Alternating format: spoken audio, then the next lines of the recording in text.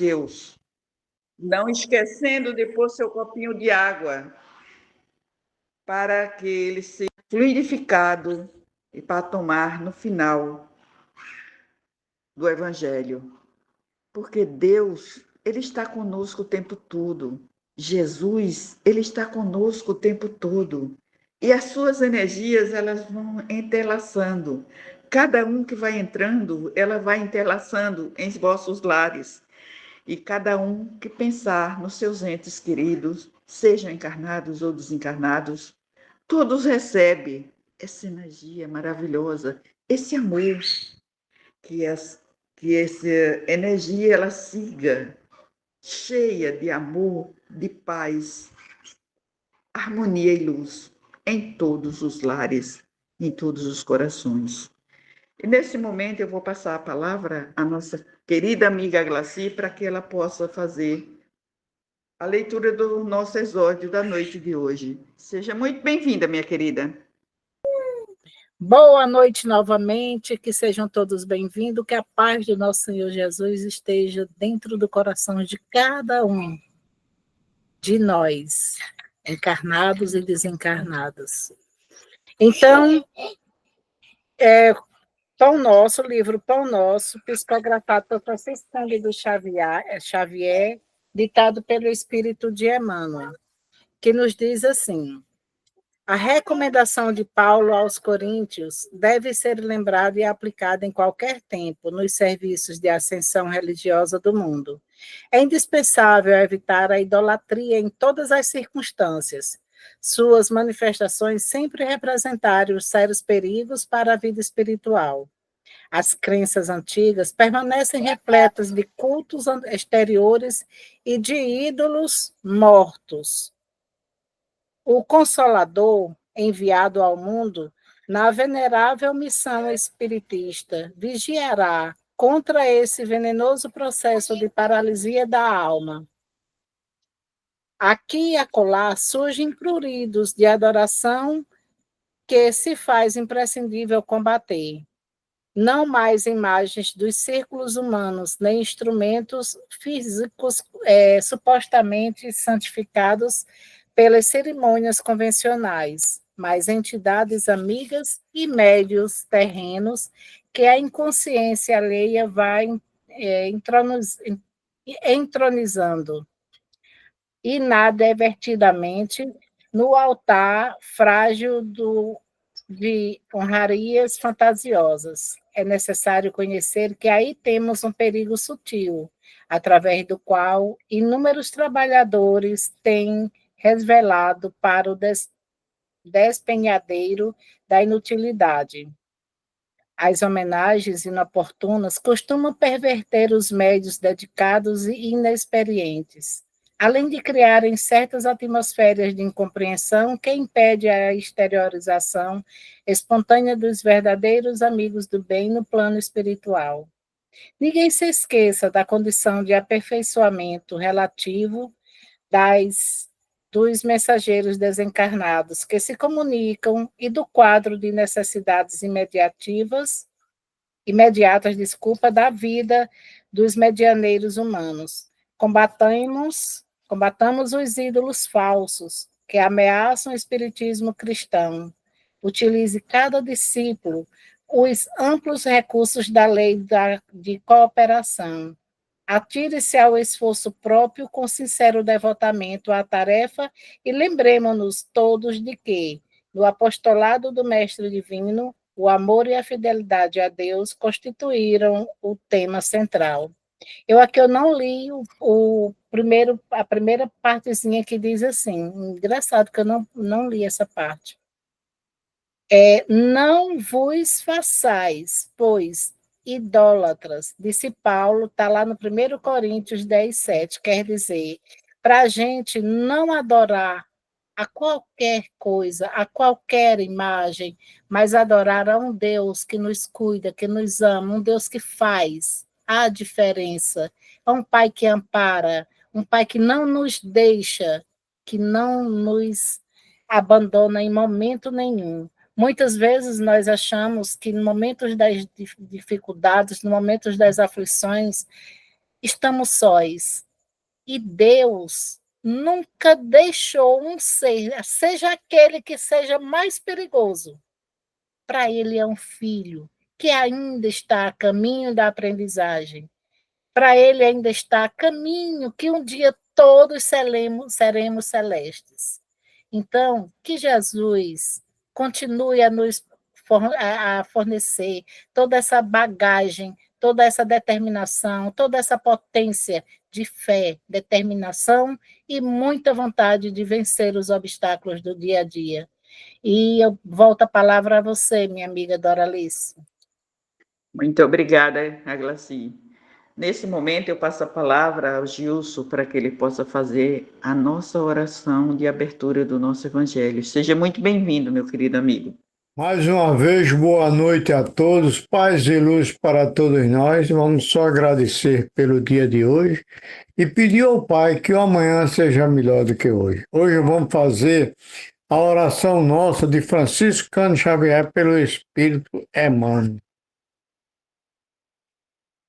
Senhor, ensina-nos a orar sem esquecer o trabalho, a dar sem olhar a quem, a servir sem perguntar até quando, a sofrer sem magoar seio de quem for, a progredir sem pedir a simplicidade, a semear o bem sem pensar no resultado, a desculpar sem condições, a marchar para a frente sem contar com os obstáculos, a ver sem malícia, a escutar sem corromper os assuntos, a falar sem ferir, a compreender o próximo sem exigir entendimento, a respeitar os semelhantes sem reclamar considerações, a dar o melhor de nós, além da execução do próprio dever, sem cobrar taxa de reconhecimento.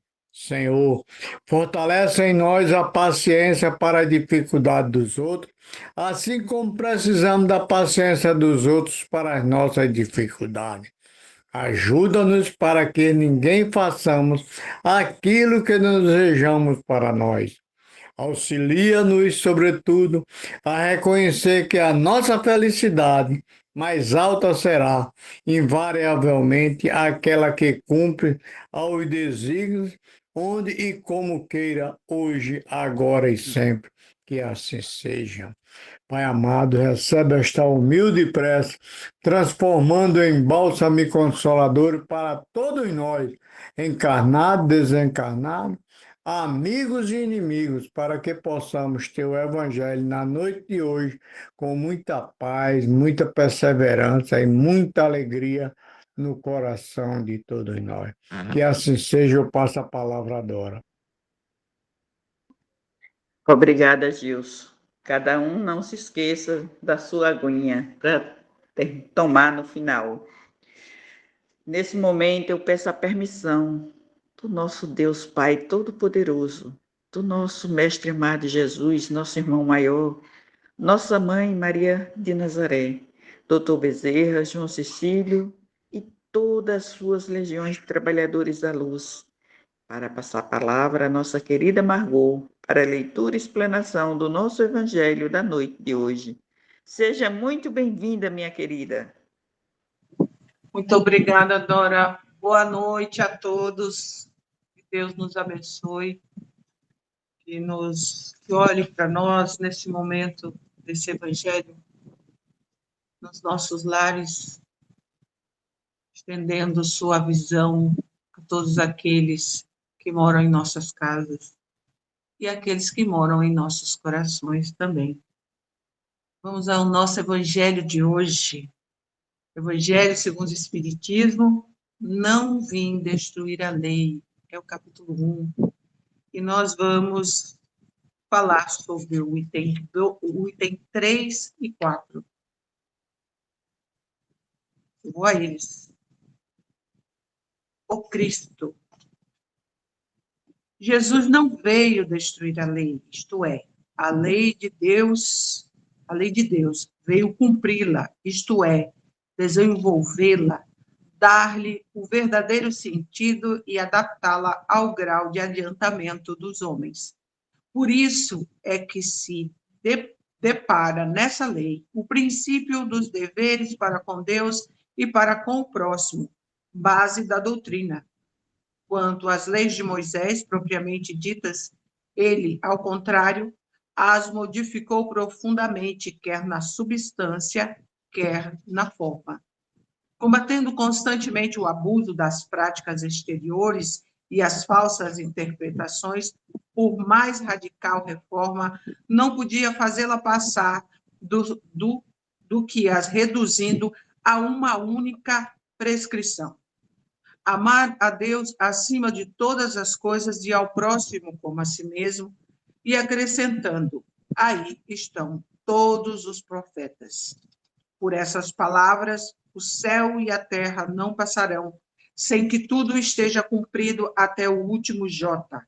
Quis dizer Jesus, se necessário, que a lei de Deus tivesse cumprimento integral, isto é, fosse praticada na terra inteira, em toda a sua pureza, com todas as suas ampliações e consequências. Efetivamente, de que serviria haver sido promulgada aquela lei, se ela devesse constituir privilégios de alguns homens ou, ao menos, de um único povo? Sendo filhos de Deus, todos os homens, todos, sem distinção nenhuma, são objetos da mesma solicitude. O item 4. O papel de Jesus não foi o de um simples legislador moralista, tendo por exclusiva autoridade a sua palavra. Cabia-lhe dar cumprimento às profecias que lhe anunciaram o advento. A autoridade lhe vinha da natureza excepcional de seu espírito e de sua missão divina. Ele viera ensinar aos homens que a verdadeira vida não é a que transcorre na terra, e sim a que é vivida no reino dos céus. Viera ensinar-lhes o caminho que a esse reino conduz, os meios de que eles se reconciliam com Deus e de pressentirem esses meios na marcha das coisas, esse meio nas marchas das coisas por vir para a realização dos destinos humanos. Entretanto, não disse tudo, limitando-se, respeito a muitos pontos, a lançar o germe de verdades que, segundo ele próprio declarou, ainda não podiam ser compreendidas. Falou de tudo, mas em termos mais ou menos implícitos para ser apreendido e sentido, o sentido oculto de algumas palavras suas. Mister se fazia que novas ideias e novos conhecimentos lhe trouxessem a chave indispensável, ideias que, porém, não podiam surgir antes que o espírito humano houvesse alcançado um certo grau de madureza. A ciência tinha de contribuir poderosamente para a eclosão e o desenvolvimento de tais ideias. Importava, pois, dar à ciência tempo para progredir. Então, Jesus, o Cristo, vem num momento de divisão, né? Ele vem dividir. Ele vem dividir os momentos do passado e os momentos os quais seriam, naquela época, o futuro, esse qual a gente está vivendo, do Consolador prometido. Mas vamos à figura do Cristo, o Cristo, espírito de escola, o espírito mais evoluído que já pisou no planeta Terra. E nós temos esse ser cheio de amor, que se fez carne para nos mostrar como devemos nos preparar para estarmos no reino dos céus, no reino prometido. Nós vemos aí Moisés com uma missão grandiosa em separar aquele povo, que aquele povo foi o povo escolhido, mas que estava cativo e preso às idolatrias, preso a muitos deuses. Tinham noção do Deus único, mas mais de 400 anos convivendo com os egípcios, já estavam ali vivendo os deuses daquele povo. E aí Moisés vem e tira aquele povo daquela terra para levar para a sua. Mas até chegar à sua terra prometida, eles precisavam depurar. E para depurar, houve esse encontro fantástico. Uma psicografia, como o Chico nos diz, a primeira psicografia do mundo. Moisés traz o decálogo. E em cima dessas leis, aquele povo precisava aprender a reaprender e a se moldar para o povo de Deus. Se eles eram o povo escolhido, deviam viver com as leis divinas que estavam sendo apresentadas. Porém, Moisés sabia que aquele povo era muito duro e muito difícil, precisaria, em cima daquelas leis divinas, ter leis civis. Aquelas pessoas iam conviver uns com os outros e precisava de normas. E essas normas eram duras, tanto as leis como apresentada, quanto as leis que Moisés imprimiu neste povo. E Jesus vem para quê? Para dizer que não é tudo aquilo. O que é e o que será, e o que sempre foi, o que sempre será, serão as leis divinas. Essas são intocáveis. Elas jamais mudarão. Mas ele vem também trazer um pai de amor, não mais aquele pai carrasco, aquele pai que todos temiam, um pai de castigo. Não, Jesus trazia, não era o Deus, mas o Criador, o Pai de amor, o qual ele se referia numa intimidade maravilhosa.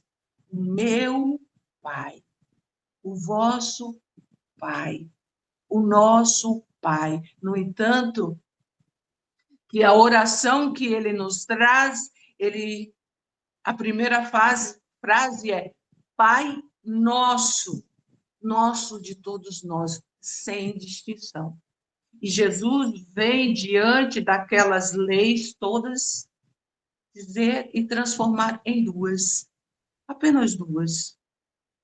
Amai a Deus sobre todas as coisas e ao seu próximo como você se ama.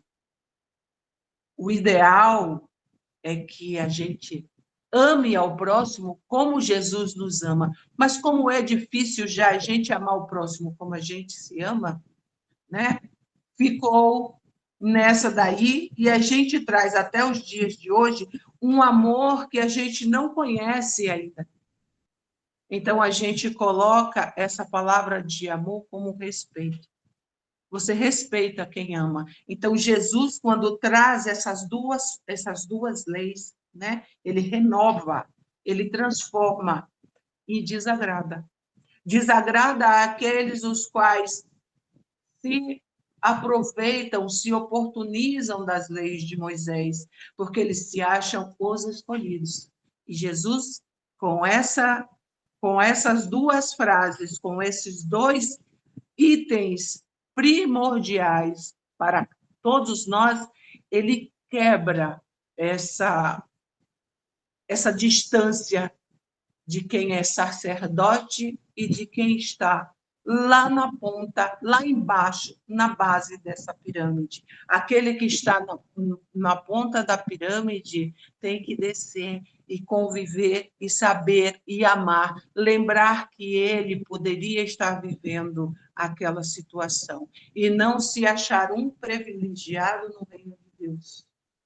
Se o reino de Deus era para todos nós, não é uns subjugando os outros. Jesus nos traz a verdade, mostrando que Deus nos ama igualmente. Não há distinção nem de cor, nem de raça, nem de gênero, nem de nível social. Ele simplesmente ama aos nossos filhos. Jesus, um espírito de escola, mostra quão grande é o amor ao próximo, que ele desce a essa terra e vem nos mostrar o caminho a seguir. O caminho a seguir, que ele mesmo diz, Eu sou o caminho, a verdade e a vida. Se não for por mim, não chegaremos ao Pai. E o que é esse por mim? Por mim é a vivência que Jesus teve. Esse Espírito desce, recebe a matéria para viver entre nós. Mas isso não é tão simples assim. Jesus, para descer, leva 1000 anos. Para ele poder encarnar, ele leva 1000 anos. Para se formar um perispírito para este ser, se levou todo este tempo, porque a estrela é tão grande, a luz é tão grande, a sublimação é tão elevada, que precisou todo esse tempo para se harmonizar o ambiente, as moléculas do planeta, toda uma formação para que esse ser viesse a encarnar, para poder receber a mesma carne que nós habitamos. Mas ele, sendo um espírito de altíssima envergadura, não habitaria simplesmente se ele dissesse: eu vou encarnar daqui a 9 meses. A matéria não suportaria a sua sublimação. Então, há esse momento de, vamos colocar, não existe involução, mas esse é um processo que a gente poderia chamar de evolução. Jesus vai baixando a sua vibração. Olha só a comparação diante de nós. Jesus, para poder ocupar um corpo físico como o nosso, ele leva 1000 anos. Nós já estamos no corpo, levamos só 9 meses. Alguns são mais apressados, chegam até antes, né? E para manter a nossa vibração, nós precisamos de oração, de nossa vigilância. E Jesus, apesar de ter descido 1000 anos de preparação, desce um espírito ainda tão evoluído que diante de nós, o corpo, para ver como o corpo não significa absolutamente nada, seu espírito continua extremamente elevado diante das nossas pequenezes, da nossa pequenez, aliás, diante da nossa pequenez. A gente tem um dia em oração, se vigiando, se cuidando, vamos dizer, nós vamos nos preparar para a segunda-feira, que temos o socorro fraterno. Então, eu, desde quinta-feira que eu estou assim me cuidando, né? É um zelo maior com as nossas palavras, com as nossas atitudes, e para que na segunda-feira a gente esteja numa harmonia para poder socorrer.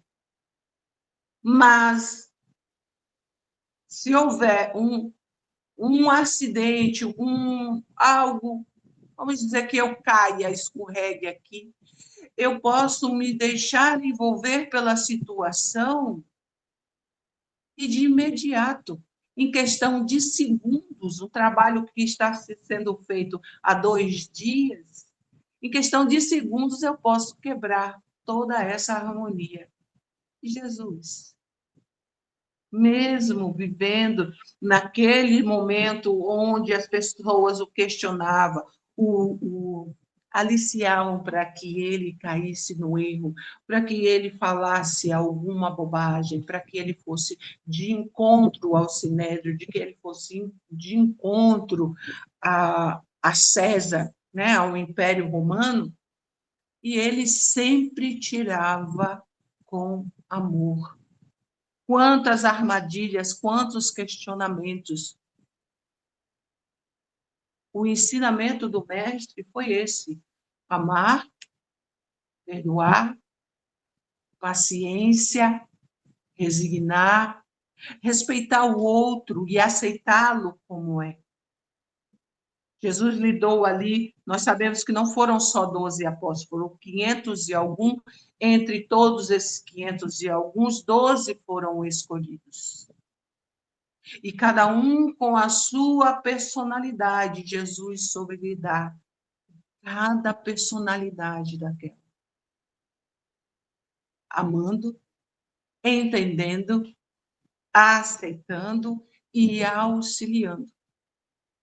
Trouxe para nós o código, um melhor e maior código de conduta, que é a Boa Nova, que é o Evangelho de Deus, porque esse Evangelho não é de Jesus, esse Evangelho é de Deus.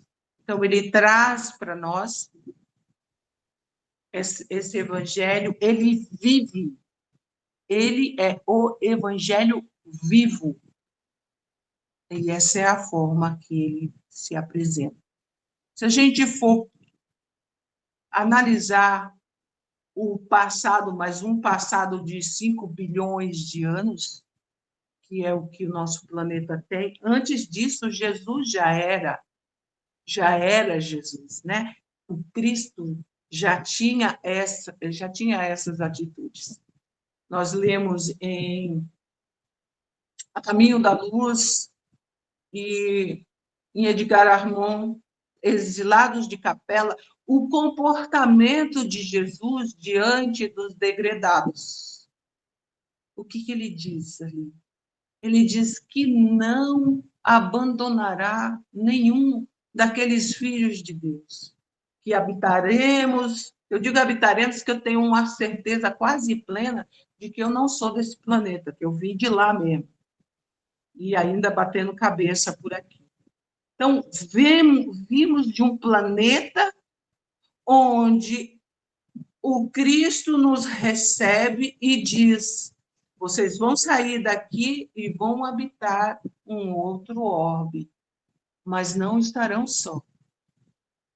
E algumas pessoas ainda perguntam: quando é que Jesus volta? Ele não vai voltar. Ele nunca foi. Antes mesmo da gente chegar, ele já estava aqui.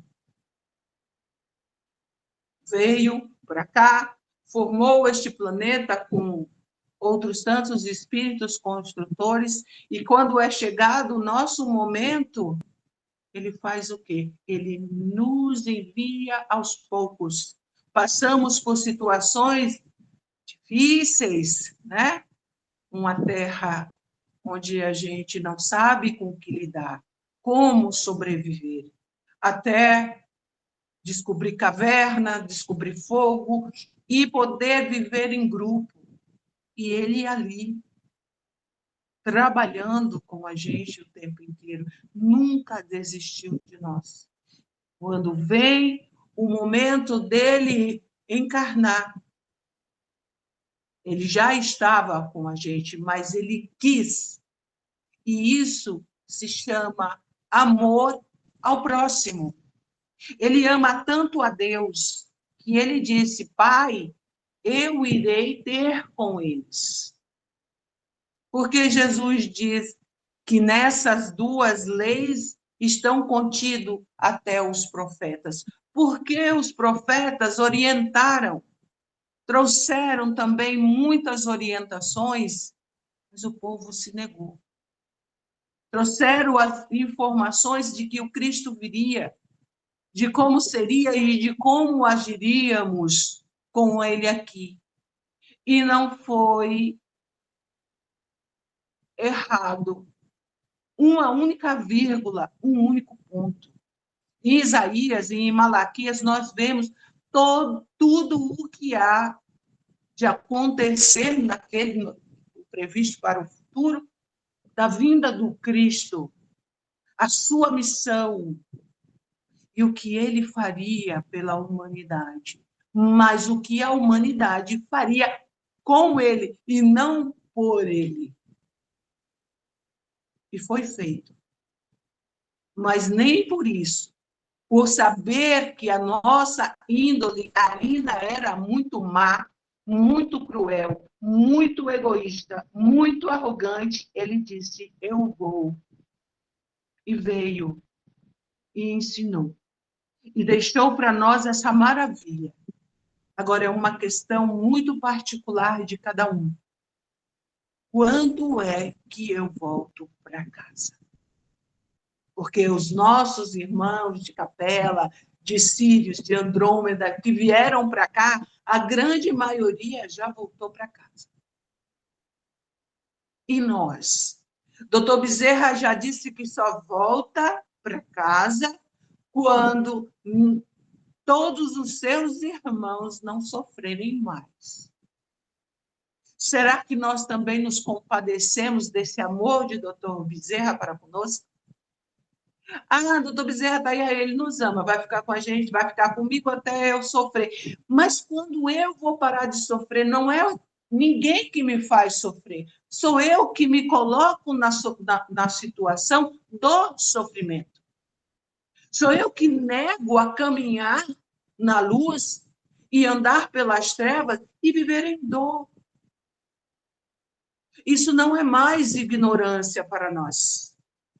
Porque todos nós, em todos os cantos do mundo, sabemos do amor do Pai por nós, do Cristo por nós. Aqueles que não tiveram a representação ou que não têm em suas religiões, a gente precisa parar com essa coisa de religião. Nós precisamos viver a religiosidade. Porque a religião é uma coisa externa. Religiosidade, ela é interna. Ela é amor, ela é do coração, ela é superior. Então, se algumas nações ainda vivem uma religiosidade que não é como a nossa cristandade, vamos dizer assim, mas eles têm a noção do Supremo. Eles têm a noção de que aqui não é a eternidade. Citando Buda, citando Krishna, eles têm esse conhecimento. E aí eu digo, até quando nós vamos ficar aqui batendo cabeça? Ou vamos passar, receber o nosso passaporte para para um novo orbe, para lá sermos aqueles que vamos orientar os primeiros cidadãos daquele planeta? É missão dura, é missão difícil, mas é missão que nós podemos escolher. Nós podemos escolher sermos melhores, elevar o nosso espírito, como também podemos não fazer nada e continuarmos a viver dessa forma, longe do Evangelho, mas na hora de pagarmos o preço, não podemos pedir desconto. Não tem. Vai ser à vista. Porque já tivemos muitas promoções, já tivemos muitas situações onde foi descontado de nossas dores, de nossos sofrimentos, mas aí a gente recua. Não, eu não vou agora. Não, eu não quero. É mais ou menos como a gente ser criança e dizer, eu não gostaria de ir na missa, aí mamãe leva a força. Estou falando porque acontecia comigo, eu não quero ir na missa. Mamãe levava força, mas chega uma idade onde eu digo, eu não vou à missa. Porque aí eu posso. Eu não quero conviver com essa história de Deus, de Jesus, achando que o mundo material é o suficiente. Nós temos que viver a materialidade. Nós estamos no corpo físico, mas isso é passageiro. A nossa vida é espiritual. E o Cristo desse planeta que nos ama, tanto ensinou o caminho que ainda disse, vocês não têm condição de entender tudo agora, lá adiante eu vos enviarei o Consolador. Ele não disse que voltaria, nem como Espírito da Verdade. Ele diz assim, eu pedirei ao meu Pai que vos envie outro Consolador, e não o Cristo. E ele envia outro Consolador. E esse Consolador, com Allan Kardec, com o Espírito da Verdade, nos traz, abre a nossa porta para um novo horizonte, um horizonte muito mais amplo da nossa realidade. Mas Cristo nunca nos deixou nem antes, nem durante seu estado aqui encarnado, muito menos agora. Mas agora é hora e não dá mais para recuar. Quem está na estrada, finque pé. Como o bom mineiro diz assim, finca o pé. Então, finca o pé e vamos embora. Não dá mais para olhar para trás. Aqueles que ficarem na estrada é por opção, porque temos todos os meios. Nós sabemos que devemos amar a Deus sobre todas as coisas. Nós amamos Deus sobre todas as coisas? Se nós passamos uma vida trabalhando e construindo uma casa, construindo uma família, e de repente a intempérie vem e acaba com tudo. Qual é a nossa postura diante dessa catástrofe? É condenar a Deus ou dizer, não, Senhor, obrigado, tudo ruiu, mas eu continuo em pé e com a minha fé eu hei de reconstruir. Como é aquela mãe que perde um filho, ela diz assim, Senhor, o filho não era meu, era teu. Obrigada pela oportunidade de poder conviver com esse meu irmão que esteve meu filho, mas agora volta para casa.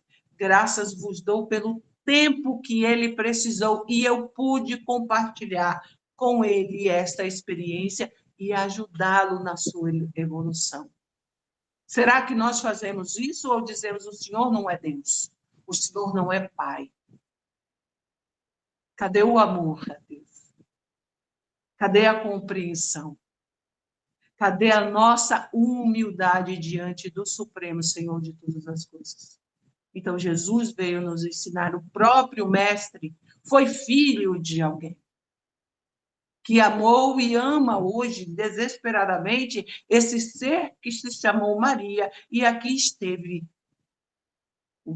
deu à luz, o criou com amor, o encaminhou, viu morrer, mas em nenhum momento ela desistiu de Deus e desistiu da humanidade. Em nenhum momento ela se voltou e disse, Senhor Deus de todas as coisas, o meu filho está caminhando para uma cruz. Não, ela foi com ele até o Gólgota. E diante de seu filho, antes dele desencarnar, olha para aquela mãe. Primeiro ele diz, Senhor, perdoai. Eles não sabem o que fazem. E olha para sua mãe e diz, mulher, aí está o teu filho. Filho, aí está a tua mãe. Expira e desencarna.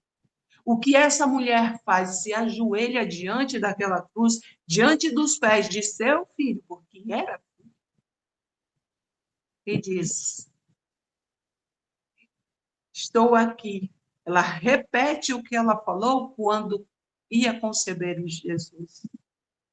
Eu sou a sua serva. Fazei de mim segundo a vossa vontade.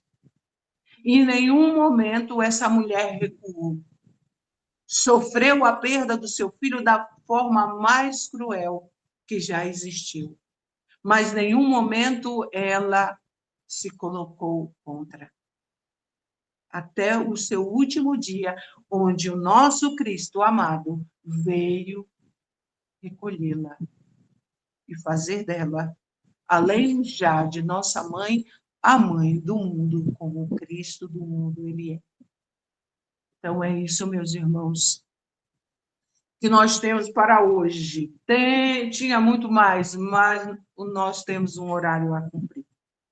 E nós temos esse Cristo que zela por nós e zelará.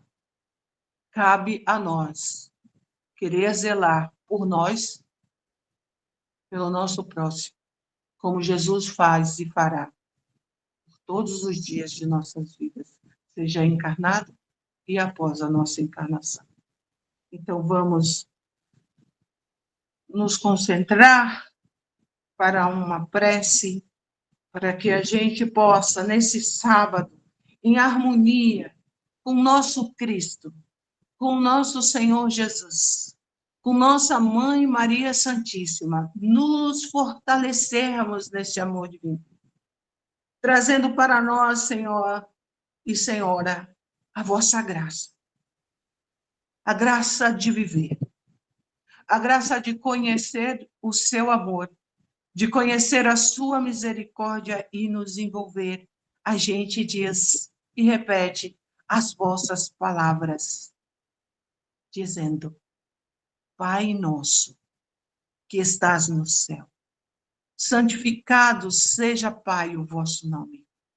Venha a nós o teu reino de amor e de glória, seja feita a vossa vontade, assim na terra como ela é feita nos céus. O pão nosso de cada dia nos dai hoje e sempre. Perdoa-nos, Pai, as nossas ofensas, assim como nós perdoamos aqueles que nos ofenderam. Não nos deixe cair, Senhor, nas tentações, mas não nos tira o mérito do trabalho, da luta e da melhora de nossas vidas, na matéria e após ela. Porque só vós sois todo o poder, todo o amor, toda a honra e toda a glória por toda a eternidade. Consagrando a nossa mão, agradecendo por estar sempre conosco, nós dizemos: Ave Maria, cheia de graça, o Senhor é convosco, bendita sois vós entre as mulheres, bendito é o fruto no teu ventre, Jesus. Santa Maria, Mãe de Jesus, roga por nós, Senhora do amor, agora e na hora de nosso desencarne. Que assim seja. Graças a Deus. Que nossos corações continuem vibrando muito amor, expandindo essa luz, nos envolvendo a todos, a todo o nosso lar, a nossa vizinhança, o nosso estado, a nossa nação, o nosso planeta, com o Cristo Jesus, reinando o absoluto, abaixo de nosso Pai, nosso Deus. Que assim seja, graças a Deus. Está contigo, minha irmã Dora, está contigo. Muito obrigada, minha querida. Neste momento, eu peço a toda espiritualidade de luz que faça uma varredura em cada lar. Se ainda, porventura, tiver algum irmão necessitado de amparo, que seja levado e cuidado no lugar que ele merecer. E assim, vamos encerrando, pedindo a Deus, nosso Pai Todo-Poderoso, a Jesus, a Mãe Maria de Nazaré, Dr. Bezerra, João Cecílio, a permissão para encerrarmos o nosso Evangelho do nosso lar da noite de hoje. E teremos o nosso Evangelho amanhã,